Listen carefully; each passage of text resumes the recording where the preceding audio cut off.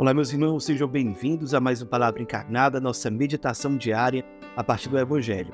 E o Evangelho de hoje, sábado, dia 29 de julho, está em João, capítulo 11, versículos de 19 a 27. Mais uma vez nós nos reunimos em nome do Pai, do Filho e do Espírito Santo. Amém. Vinde, Espírito Santo, vinde por meio da poderosa intercessão do Imaculado Coração de Maria, vossa amadíssima esposa. Vinde, Espírito Santo, vinde por meio da poderosa intercessão do Imaculado Coração de Maria, vossa amadíssima esposa. Vinde, Espírito Santo, vinde por meio da poderosa intercessão do Imaculado Coração de Maria, vossa amadíssima esposa.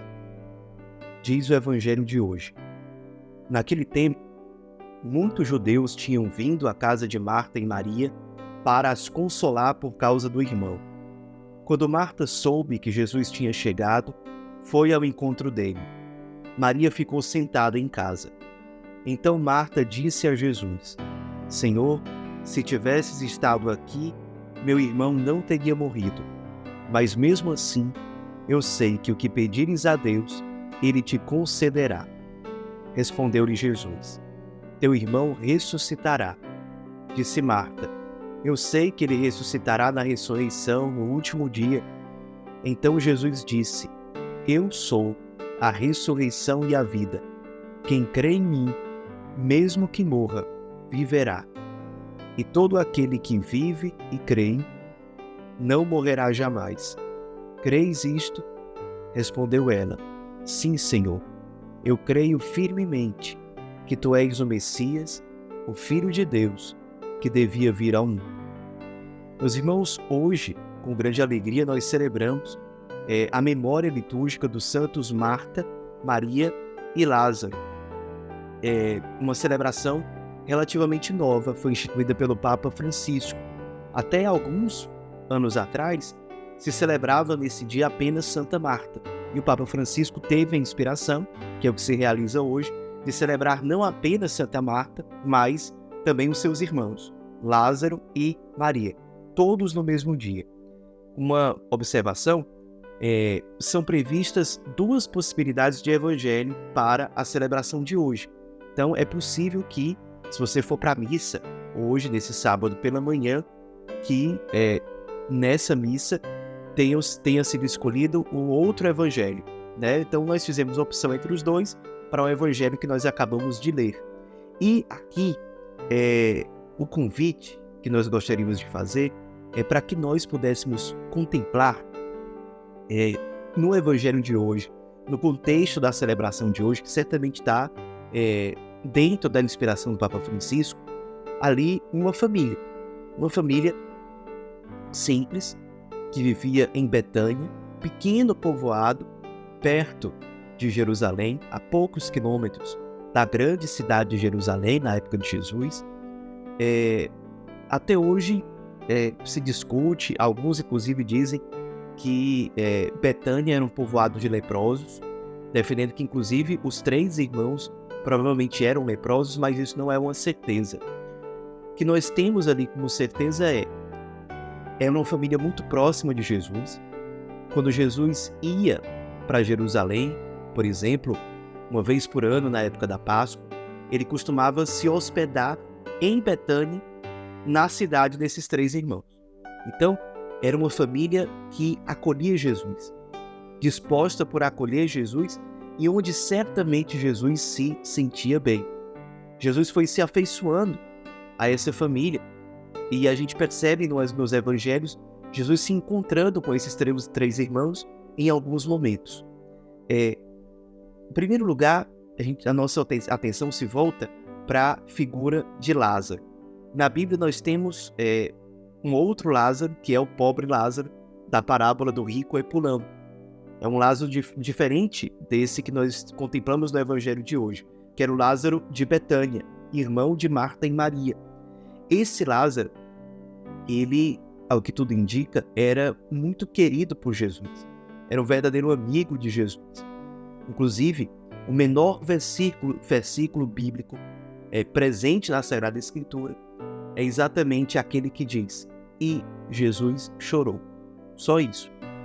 É um versículo bíblico que se refere à atitude de Jesus ao saber da morte de Lázaro. Aqui é uma passagem pequena, mas muito bonita, que mostra o grande amor, a grande ternura que Jesus tinha por Lázaro. Mostrando que, dentro de uma família que sabe acolher Jesus, existe o cultivo de uma amizade, de uma intimidade com Cristo. Isso acontece por meio da oração, por meio da vida sacramental. Isso acontece pela proximidade, pela alegria de amar Jesus, de agradar Jesus, de cuidar de Jesus. Como o nosso carisma nos ensina a fazer isso, nos forma para isso. Como amar Jesus como ele merece ser amado, como ele precisa ser acolhido em cada circunstância, sobretudo quando ele se apresenta nos irmãos menores, nos irmãos mais abandonados, mais esquecidos. Uma verdadeira família que acolhe Jesus, que Jesus tem a alegria de visitar, é uma família que aprende a criar amizade com ele, intimidade com ele, e que se alegra em acolhê-lo, em recebê-lo, que não é indiferente diante da presença de Cristo, que não trata Jesus de qualquer maneira, mas tem alegria e prontidão em receber. Isso é característica de uma família santa, de uma família de Deus. Nosso olhar também se volta hoje para a Santa Marta, aquela que é apresentada nas Escrituras como alguém que tem um espírito, um temperamento mais ativo, cuida da casa, se preocupa. No Evangelho de hoje, ela é que tem a iniciativa de ir ao encontro de Jesus quando ele chega lá, alguns dias depois da morte de Lázaro já. Enquanto que Maria fica em casa, Marta vai ao encontro de Jesus e mostra uma grande fé. Ela diz, eu creio. Ela diz que se Jesus estivesse lá, nada teria acontecido. Ela diz que acredita na ressurreição no último dia, e Jesus vai muito mais além da expectativa dela, porque dá para aquela família a graça de uma ressurreição do irmão. Uma ressurreição no sentido de que ele volta à vida terrena, diferente, portanto, da ressurreição de Jesus, que ressuscitou já com um corpo glorioso para a vida eterna. Lázaro ressuscita de volta à vida terrena, dando para o coração de Maria algo que superava em muito as suas expectativas. Tudo indica que naquela oração que ela fez diante de Jesus, naquela súplica, naquelas palavras, estava a certeza de que se Jesus estivesse lá, Lázaro nem chegaria a morrer. Mas ela continua demonstrando a confiança em Jesus. E aí Jesus supera as expectativas de Marta.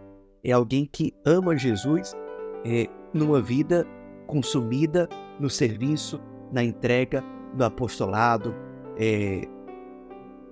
uma vida ativa no bom sentido. Como nós dizemos na igreja, existe a vida contemplativa e a vida ativa. A vida ativa é aquela que é mais voltada para a missão, para o apostolado. E nós temos em Santa Marta esse símbolo de uma vida apostólica, no sentido de uma vida ativa, uma vida voltada para o serviço.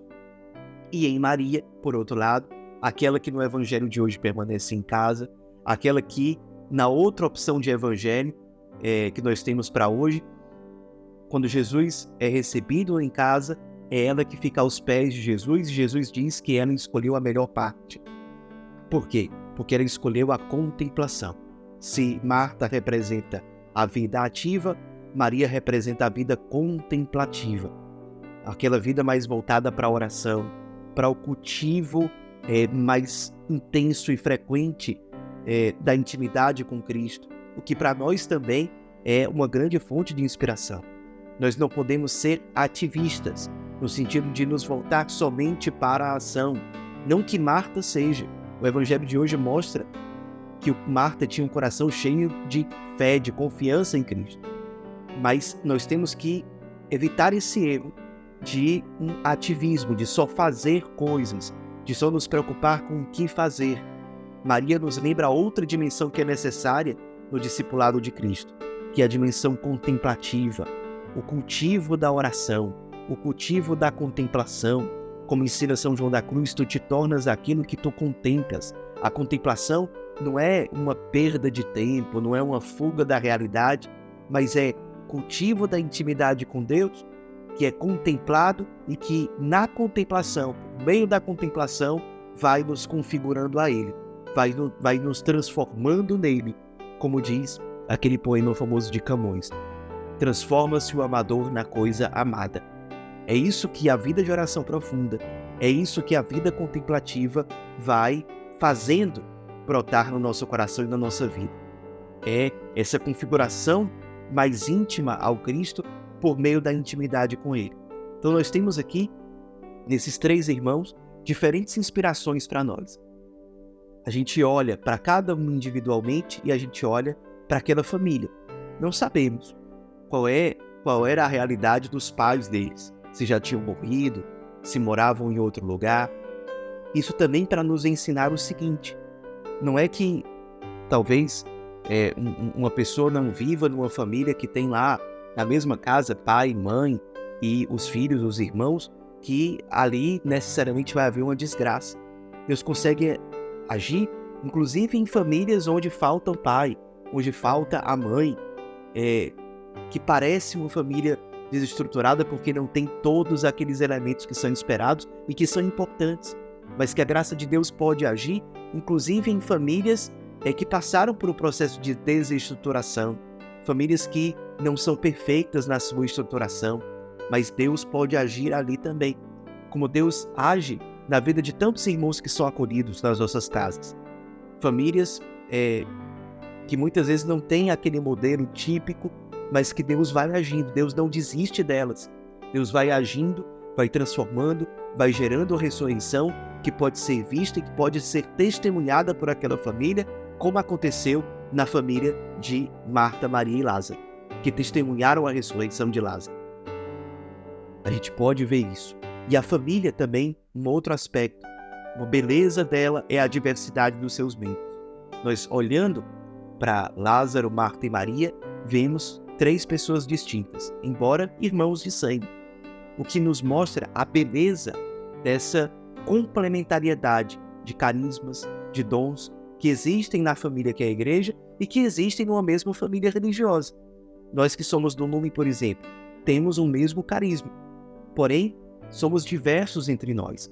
Tem alguns que têm um chamado mais específico, uma aptidão maior para a pregação, ou para a música, ou para o pastoreio, ou para o governo da comunidade, ou para o acompanhamento pessoal, ou para a intercessão, ou uma facilidade maior com os jovens, ou uma certa inclinação para as famílias.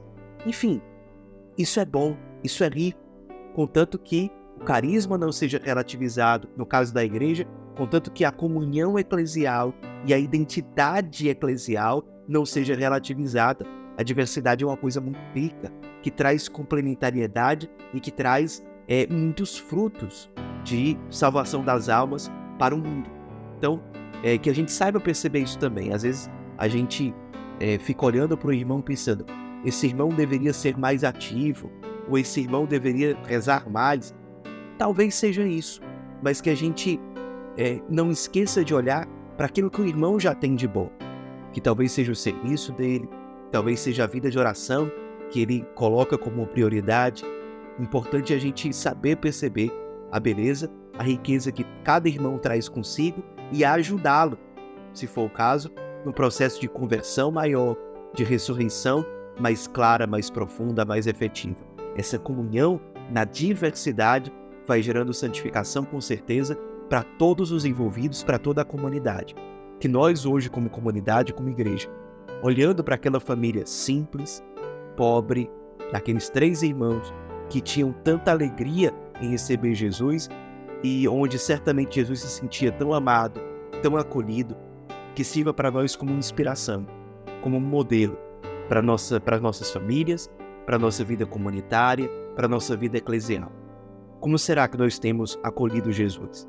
Ele tem encontrado lugar nas nossas comunidades, nas nossas casas, nas nossas famílias? Ele tem encontrado lugar? Sobretudo, Jesus, quando ia para Jerusalém, ele ia sem ter casa ali. Ele não tinha um local ali que fosse dele.